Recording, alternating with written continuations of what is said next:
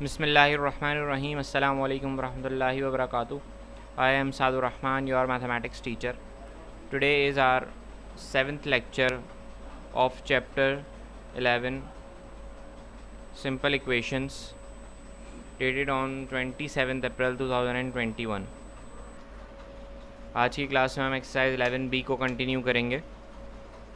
Exercise 11B का question number 1, 2, 6, 7 और 8 हम डिस्कस कर चुके हैं लास्ट क्लास में. 2, 3, 4, 5 आपके कोर्स में नहीं है. क्वेश्चन नंबर 9 हम आज की क्लास में डिस्कस करेंगे. The sum of the ages of Meena and Shahina is 40 years. दो लड़कियां हैं मीना और शाहिना, उनकी जो एजेस हैं उनका सम है 40 ईयर्स. कह ये रहे हैं कि अगले 10 साल बाद in 10 years Meena will be twice as old as Sheena. अगले 10 साल बाद मीना की जो एज है वो शीना की एज से 2 गुना डबल हो जाएगी, यानी दुगनी हो जाएगी.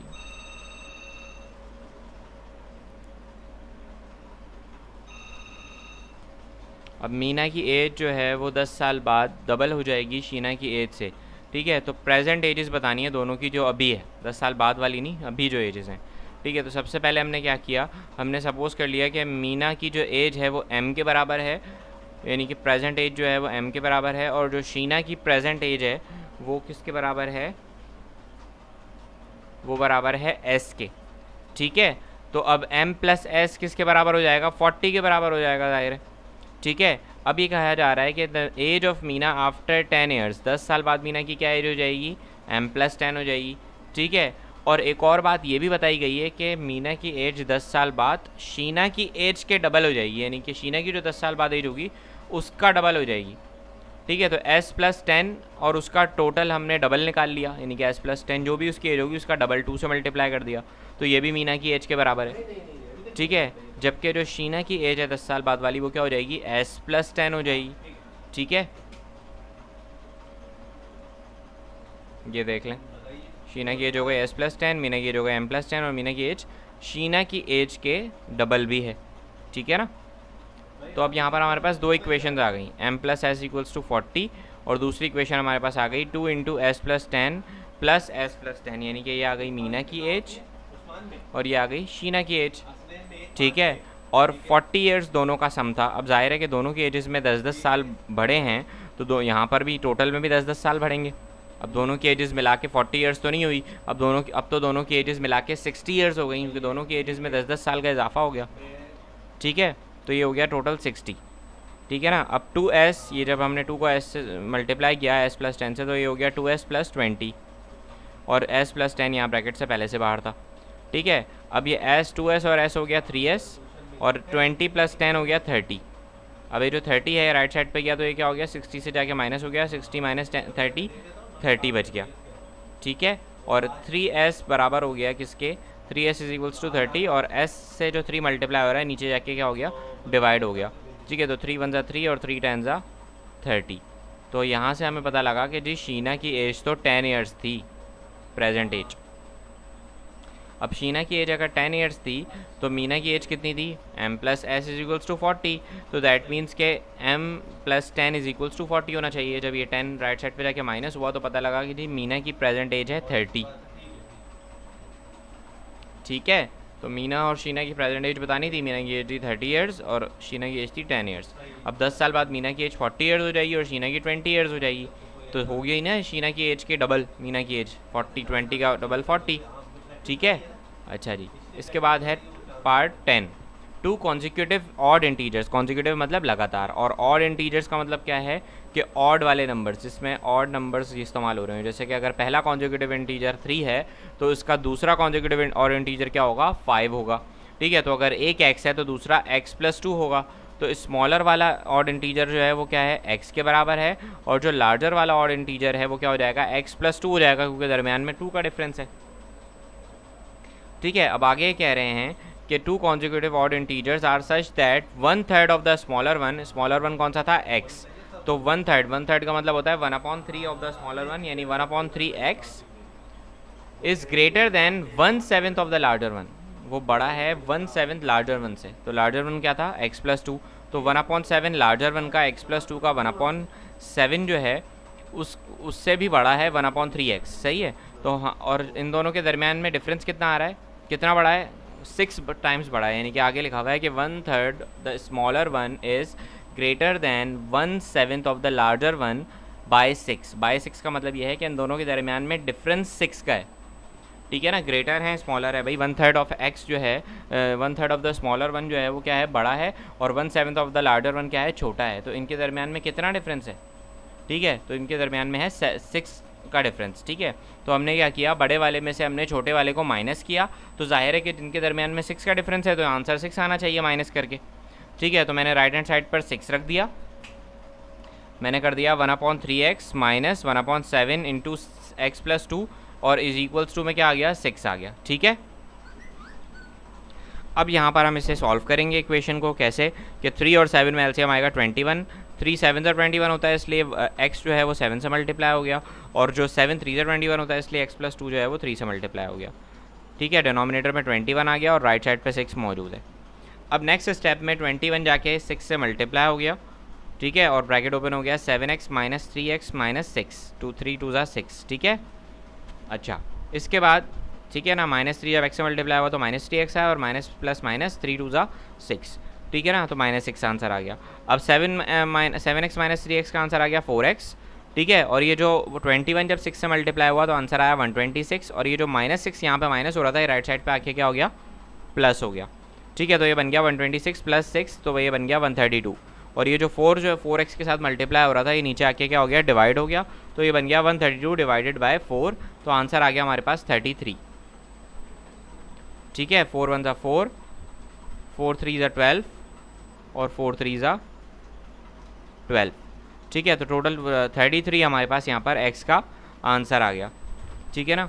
अब स्मॉलर नंबर क्या है, 33 है, तो जाहिर है ग्रेटर नंबर क्या होगा, 35 होगा। जब स्मॉलर और ग्रेटर नंबर जो है, सही है, अब अगर 1/3 आप निकालेंगे 33 का तो वो बनेगा आपके पास 11, और अगर आप 1/7 निकालेंगे 35 का तो वो निकलेगा 5। तो जाहिर है कि 1/3 बड़ा है ना, 7 बड़ा है 5 से, और डिफरेंस कितना है, वो 11 बड़ा है 6 से, 6 डिफरेंस आएगा,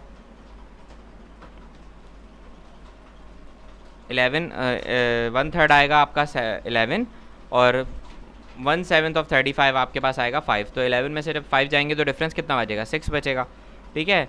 1/3 ऑफ 33, ठीक है, माइनस 1/7 ऑफ 35, और इनका डिफरेंस कितना है, इनका डिफरेंस है आपके पास 6,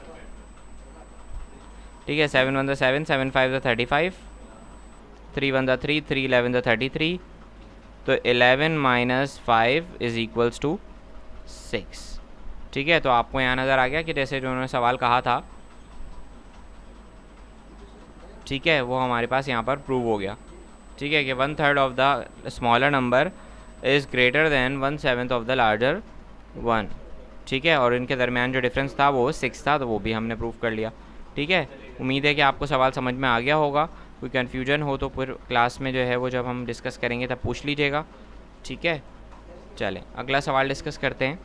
question number 11, the difference of 2 numbers is 6। 2 numbers का जो डिफरेंस है, यानी जब उन्हें माइनस कर रहे हैं तो आंसर आ रहा है 6, ठीक है। 1/3 the larger one is smaller than 2/3 of the smaller one by 2।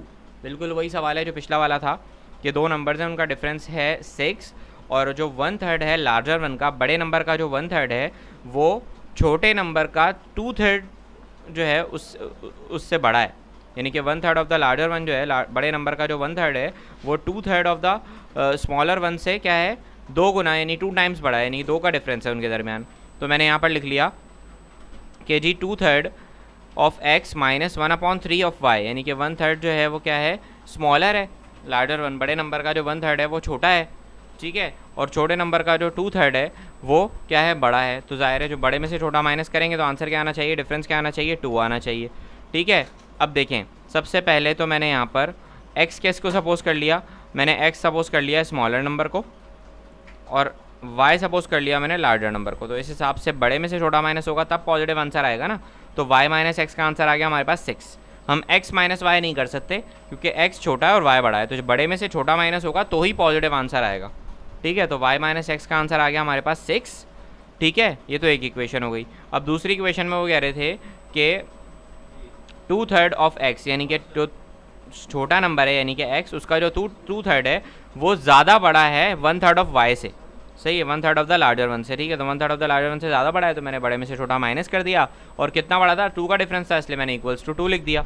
ठीक है, अब देखें पहली इक्वेशन से मैंने y को सेपरेट कर लिया, ये जो x यहाँ माइनस हो रहा था y के साथ, ये राइट साइड पे जाके 6 के साथ प्लस हो गया, तो यहाँ से हमें y की एक वैल्यू मिल गई 6 + x। ठीक है, अब ये जो वैल्यू y की हमें मिली है ये हम पुट कर देंगे इस दूसरी वाली इक्वेशन में, ताकि यहाँ पर हमारे पास दोनों वेरिएबल्स जो अलग अलग वेरिएबल्स हैं वो एक ही वेरिएबल बन जाए। ठीक है, तो देखें आप यहाँ पर 2/3x तो पहले से था, -1/3y था ना, तो y की जगह मैंने लिख दिया 6 + x। ठीक है, अब मैं इसको सॉल्व करूँगा तो 2 और 3 में एलसीएम 3 आएगा, और न्यूमरेटर्स पर कोई फ़र्क नहीं पड़ेगा, तो 2x से मल्टीप्लाई हो गया, और 1 जब 6 + x से मल्टीप्लाई हुआ तो आंसर आ गया -6 - x। ठीक है, 2x - 6 - x आंसर आ गया, क्योंकि -1 6 से मल्टीप्लाई हुआ तो -6 आंसर आया, -1 x से मल्टीप्लाई हुआ तो -x आंसर आ गया। ठीक है, और ये जो 3 था ये ऊपर जाके 2 से मल्टीप्लाई हो गया, तो 3 × 2 = 6 हो गया। ठीक है, अब 2x और -x का आंसर आ गया x - 6 = 6। ठीक है, अब ये जो -6 है ये राइट साइड पे गया, तो ये क्या हो गया, +6 हो गया, तो x का जवाब आ गया 6 + 6, दैट मीन्स x का जवाब आ गया 12।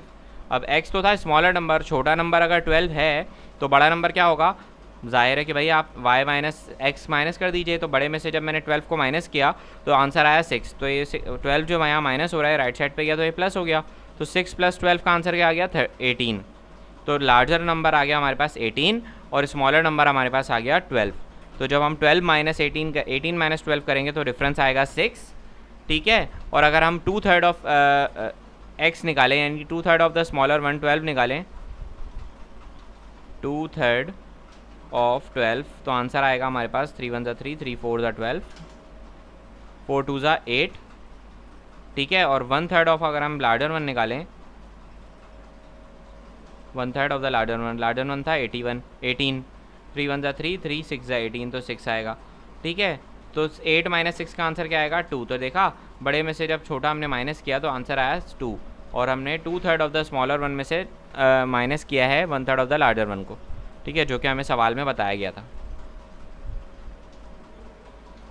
तो यहाँ तक हमने आज की क्लास का लेक्चर डिस्कस करना था। ठीक है, पार्ट 9, 10 और 11 हमने डिस्कस कर लिया है, पार्ट 1, 2, 6, 7, 8 हम लास्ट क्लास में डिस्कस कर चुके हैं। ठीक है, और अगली क्लास में इंशाल्लाह हम 12, 13 और 15 डिस्कस करेंगे। 2, 3, 3, 5, 6 और 14 जो है वो हमारे कोर्स में इंक्लूडेड नहीं है।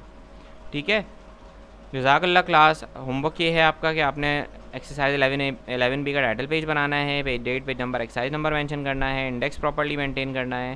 क्वेश्चन नंबर 9, 10, 11 आपने 11B का जो है 9, 10 और 11 आपने 11B का अपनी कॉपी में लिखना है। ठीक है, और अपना होमवर्क कंप्लीट कर लेना है। जज़ाकल्लाह। क्लास अपना ख्याल रखिएगा, अपना होमवर्क असाइनमेंट कंप्लीट कर लीजिएगा। अल्लाह हाफ़िज़।